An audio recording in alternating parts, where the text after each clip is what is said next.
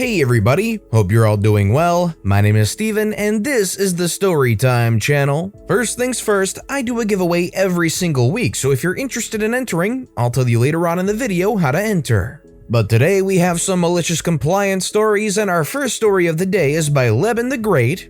Boss asks me to report 100% of vehicle damage. I used to work as a supervisor of a security team at a large industrial facility. I had a good relationship with the manager, we will call him Dave, until he appointed his friend as a middle manager, we will call him Steve, between the supervisors and himself. I did not have a good relationship with Steve at all, and suddenly, Dave started rejecting ideas, suggestions, and requests out of hand. The friendly guy that I used to go to and have sit-down chats with regularly became standoffish and outwardly hostile at times. The staff all noticed this as well and would frequently comment that they didn't know what I'd done to Dave and Steve, but it was clear that I was being bullied all of a sudden. It's entirely fair to say that I couldn't do right. For doing wrong all the time, and every little thing I did or did not do resulted in a lengthy email conversation with Dave and Steve. There is a lot I could add to this, but for the sake of brevity, I'm going to move on to the point of my story. The site we had to patrol was about 5 square miles, so vehicles were provided so that we could patrol effectively and carry equipment and personnel to required locations. Part of my duties at the start of the shift were ensuring that the vehicles had not been damaged on the previous shift and that all vehicles had the required levels of equipment in them. The first patrol went out the moment our shift started, and as this was a regulatory requirement, could not be delayed or skipped. This was the start of a night shift, and so it was dark. Very dark. We had maglite torches, but after 6 years of use and abuse, they weren't exactly brilliant. I didn't find any new damage, and so recorded that the vehicles were okay and recorded their mileage on our check sheets. The next night when I came in, I had a very angry in-tone email from Dave demanding to know why my team had damaged one of the vehicles on the previous night. Apparently, the vehicle looked as if it had been reversed into a wall. I immediately went to check the vehicle and found 2 extremely small divots in the rear bumper. I found them not by looking, but by feeling the bumper. I simply could not see them at all using the light available to me at the time. I then went and asked all my team, and all of them insisted that they had not even used the vehicle. I went and checked the vehicle check sheets and found, true to my team's word, that the mileage on the day shift sheet was identical to the night shift sheet. The vehicle had not been moved. I sent an email back to Dave informing him that the vehicle hadn't been used by us and apologized for missing the damage, however lighting had made that extremely difficult. This was my last shift before my scheduled days off, so I was certain that Steve would be pushing Dave to punish me for something by the time I got back. Sure enough, on my first day back in, I was summoned to Dave's office for what we British politely refer to as a bollocking. Dave insisted that he could see the damage in the dark and could actually spot it from about 10 meters away. For context, all of my guys had been shown the damage and all of them, without fail, had said, "Where?" when I pointed it out at close range. Not only that, but there was now additional damage that I hadn't spotted and my team was also now responsible for. Luckily, my boss had included a photograph of the damage I had missed. See the light scratch? No, I didn't either. For Dave and Steve, however, this was good enough to be punitive towards me and my team and told me that unless a culprit was found and named, I would be held personally responsible and would have to pay the insurance excess to get it fixed. Dave also insisted that the lighting was more than sufficient to spot the damage on the vehicles. I told Dave that this was ridiculous and he couldn't enforce financial penalties on a vehicle that had, again, not been used by my team. Dave was insistent though. It was my job to report 100% of the damage on the vehicles or I would be held responsible. And at that point, something clicked in my mind and luckily, Dave decided to back up his instruction with an email that Steve was CC'd into. The next shift, I refused to allow my team to use the vehicles until they had been fully checked. Inside, outside, underneath, mechanically, and equipment levels. Each vehicle took about 2 hours. I photographed every single small bit of damage that I found, no matter how insignificant or whether it had been reported previously. Remember, the instruction was to report 100% of the damage, not 100% of unreported damage, and sent it all in an email to Dave with a text description of the nature and location of the damage for each photograph.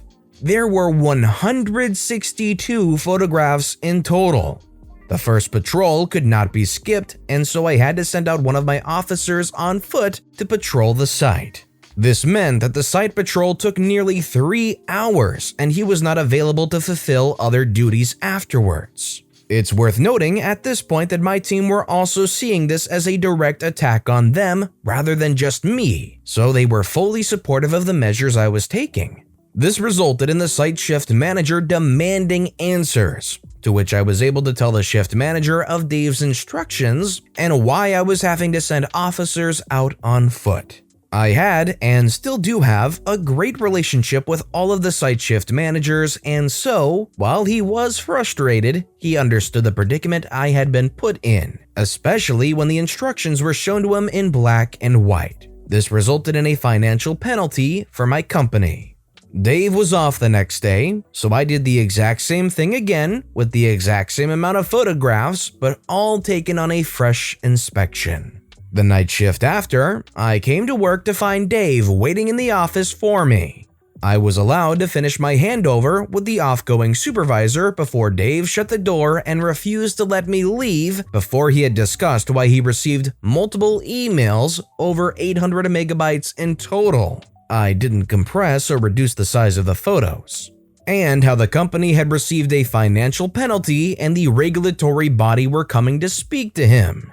I reminded him that he had demanded that I report 100% of the damage on the vehicles and that this had taken time. I couldn't allow any member of the team to use any vehicle until they had been checked, as there could be financial penalties involved.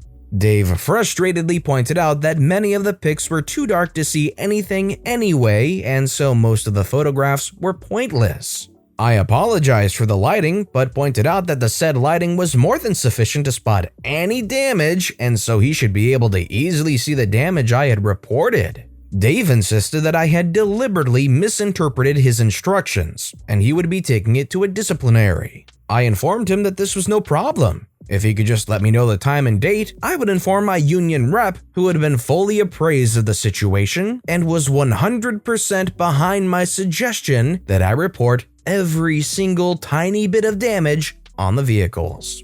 Dave was ultimately left with no choice but to drop any attempts to discipline me and left Steve to deal with me from that point on. Steve then took up the role of disciplinarian for the next 3 months until I left the job. However, every time he tried, I was able to shut it all down due to briefings with my union rep. I left the job in February of 2019 and still, to this day, receive complaints from members of staff who remain there about how terrible the job has gotten due to Dave and Steve.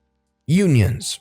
They're good for you. Whatever job you do, if you had the opportunity to join a union for it, would you? Let me know in the comments down below. Or if you're already in a union, let me know about that too. Our next story is by Baileythenerd, What is and is not a black belt.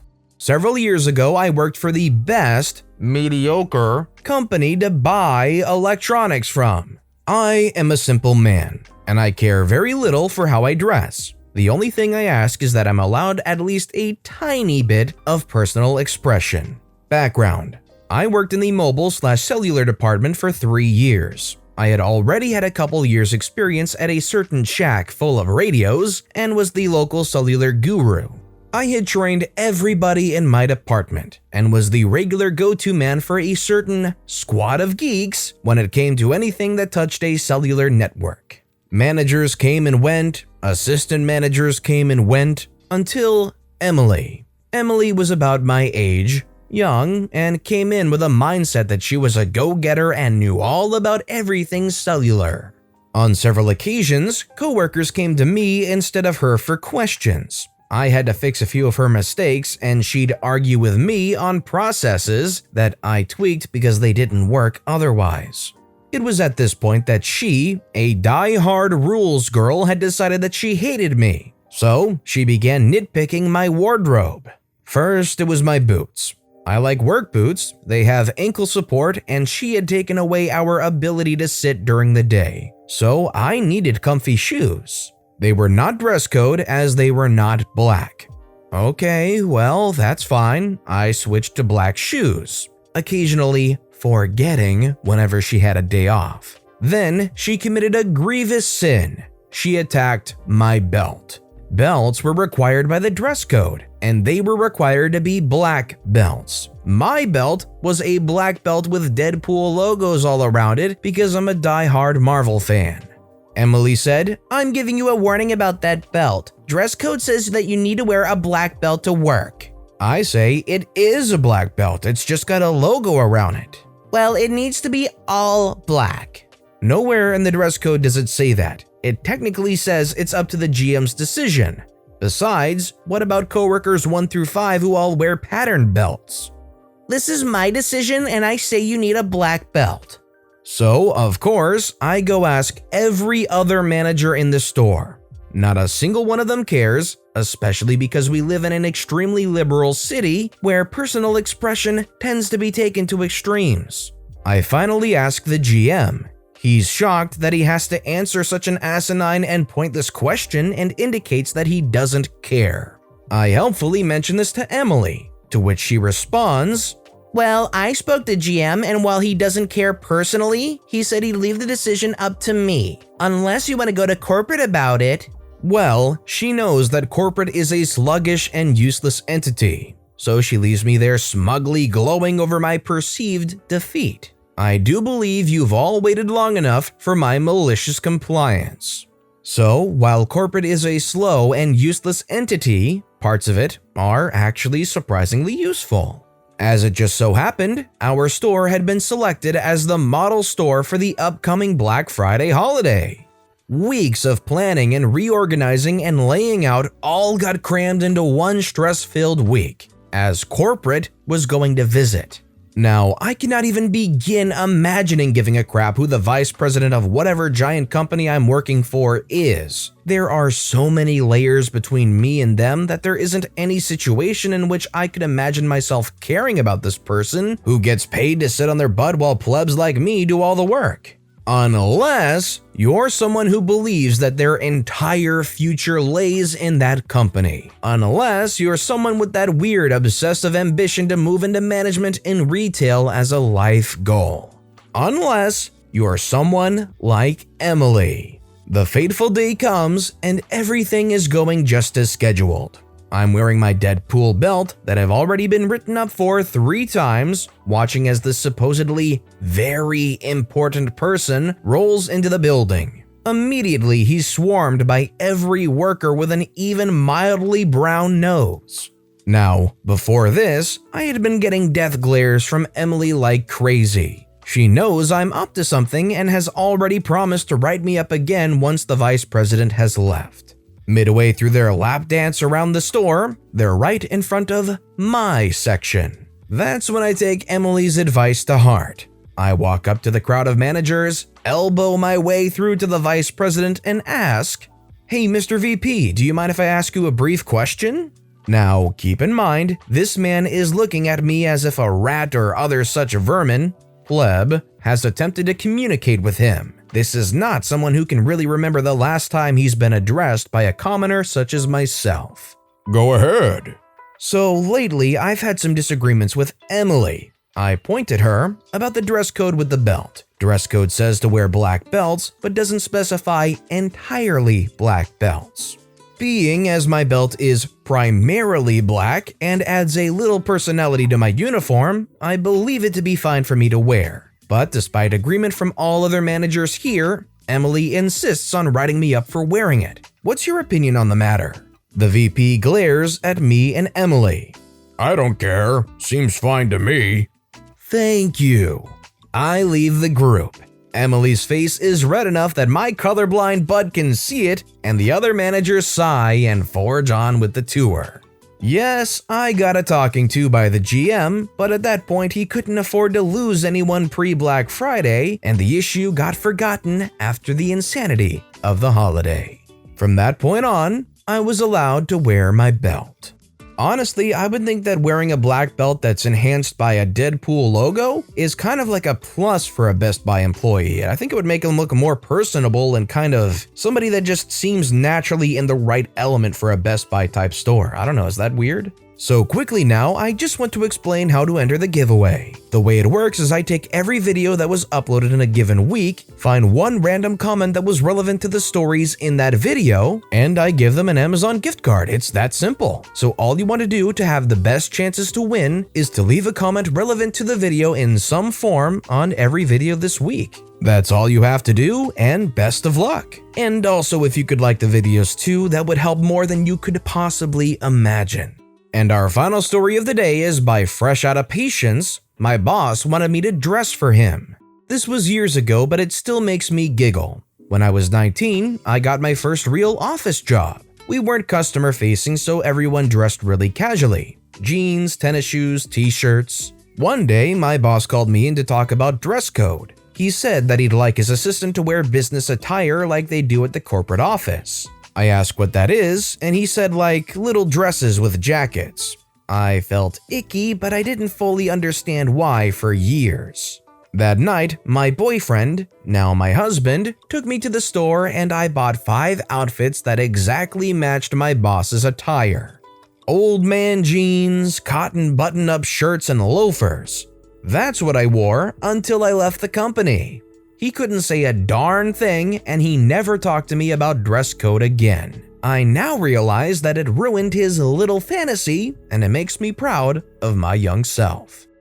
As unfortunate as it is, it kind of is something that you should have been at least somewhat aware of. I'm sure in reality the weirdness of that request, not the specific reasoning why, was what influenced buying the old man jeans and cotton button-up shirts and loafers and stuff. But definitely in a workspace, you always have to be at least somewhat careful about what other people are saying or what other people are trying to make you do, and, really analyzing their reasoning behind it. Because as unfortunate as it is, there's a lot of bad people out there. Good on OP for completely shutting down this nasty boss's fantasy thing. Pretty disgusting.